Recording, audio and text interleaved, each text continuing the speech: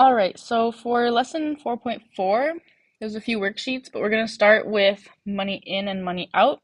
So this here is like a balance card for a certain month, which is the month of November in this case.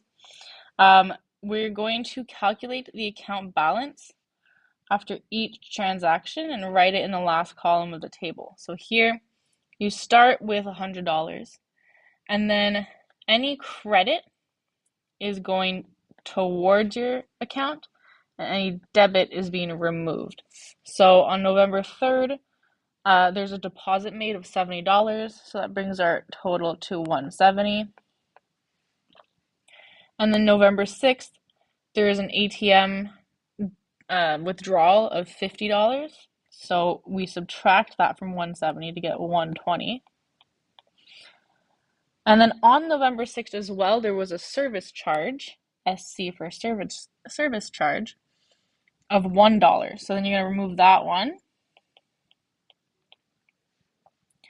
On November 14th, there was an ET, so an electronic transfer of 120 into this account. So you add the 120, we get 239.0. And then on the 16th, once again, another withdrawal. So $60 withdrawn gives us 179. And then on the 16th, there was also a debit purchase, so 131, and a service charge, once again, of $1 for the ATM.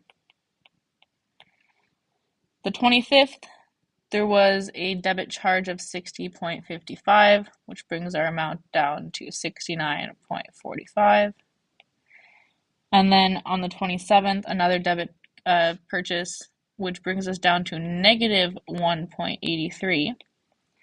And then this person here gets interest paid into their account of $3.49, which brings us up to 159. All right, so how much money is left in the account at the end of the month? In this case, it is $1.59. Describe the transactions that occurred on November 6th. So November 6th is right here. So ATM cash withdrawal with a service fee. So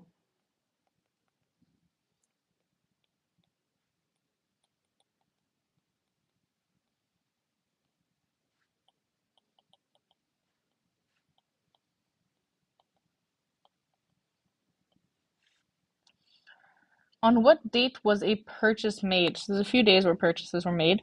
So a purchase would be something like a debit transaction. So the 16th, 25th, and 27th.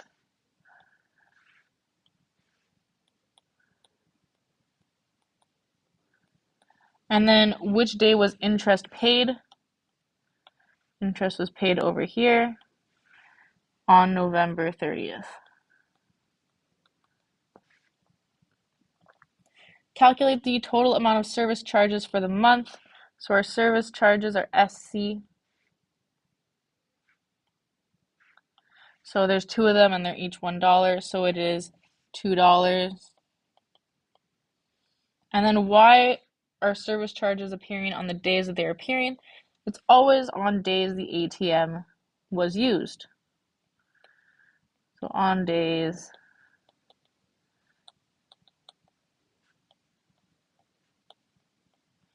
So this person here doesn't have unlimited amount of withdrawals, so they are being charged every time they take money out of the account into cash form.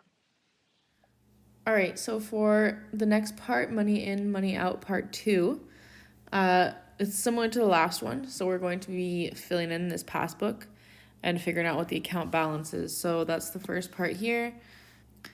Determine the account balance after each transaction. So here you have, we're starting with 300. And then once again, anything debit is removed, anything credit is given, is added to your account. So here we have 300 minus 83.70, so 216.30. and then a transfer fee associated of $2. So that becomes $214.30. And then after that, a withdrawal of $40. So you subtract again, $174.30. And then we have a credit of $220. So that's adding. So you'll add that to your 174 and you get $394.30. And then we have another debit of $70 to bring us to $324.30.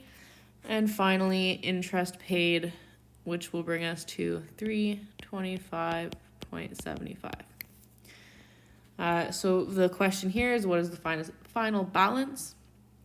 That's $325.75. On July 29th, Roy thought his balance was $229. Calculate how close he is to his actual balance. So here he thought he had $229. He really has $325.75. So what's the difference? Means a subtraction. So he is $96.60 off. How much would Roy have to deposit into his account to be able to purchase a television that sells for $782.10? Now, in order to purchase the television, he'd have to have a minimum of $782.10 in his account to be able to use that money. He currently has $325.75. So once again, we're wondering what the difference is between those two values. So that is a subtraction.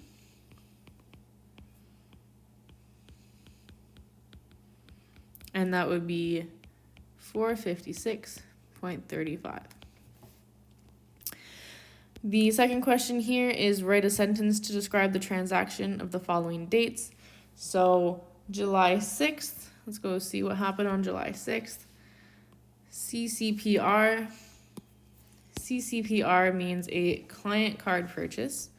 So client card purchase, which means that Roy bought something, basically.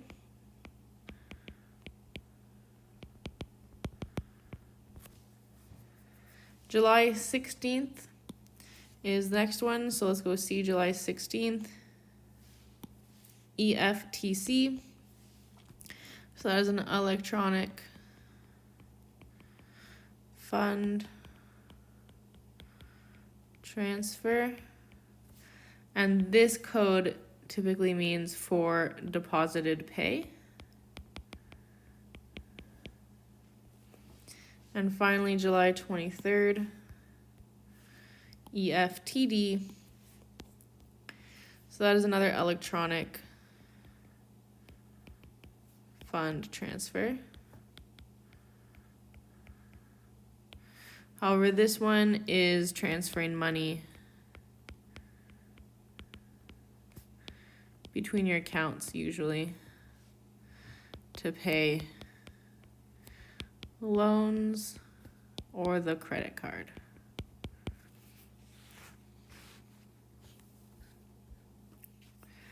All right, now this next one is making it balance. So number one is complete Mark's passbook by recording the remaining transactions.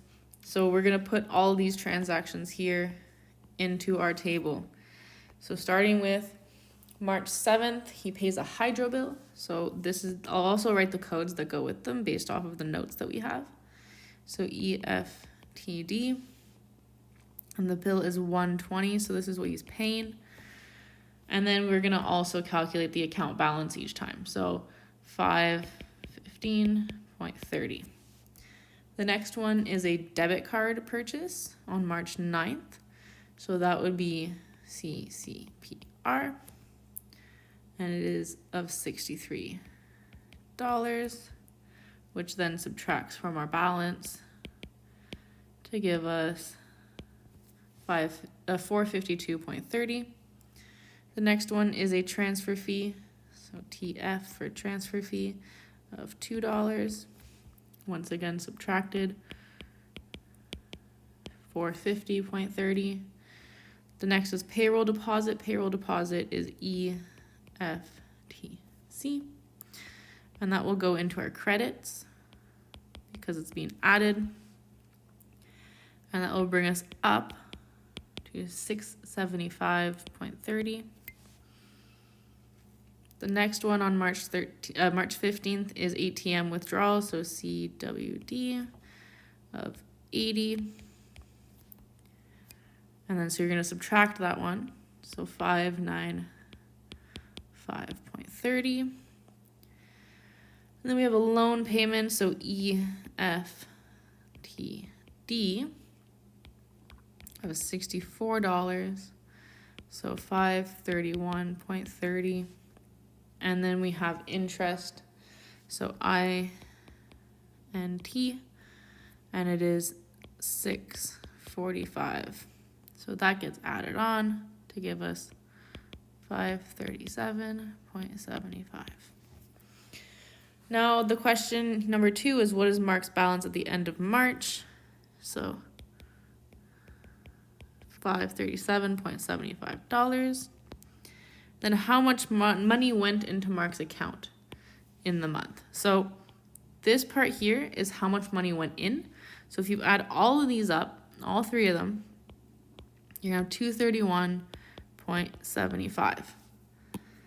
The next question is how much money went out of his account, and that part is here in green, and that, if you add all those up, is 329. Now the next question is to use these totals to determine the accuracy of our results from number 2. So here, one important thing to note is that if you're using this value of 635.30, you're going to be off a bit because we counted this 0.30 in our money that went into Mark's account. So you have to start without that 0.3. So 635 minus 329 plus 231.75 will give us 537.75. And that is the same as number 2.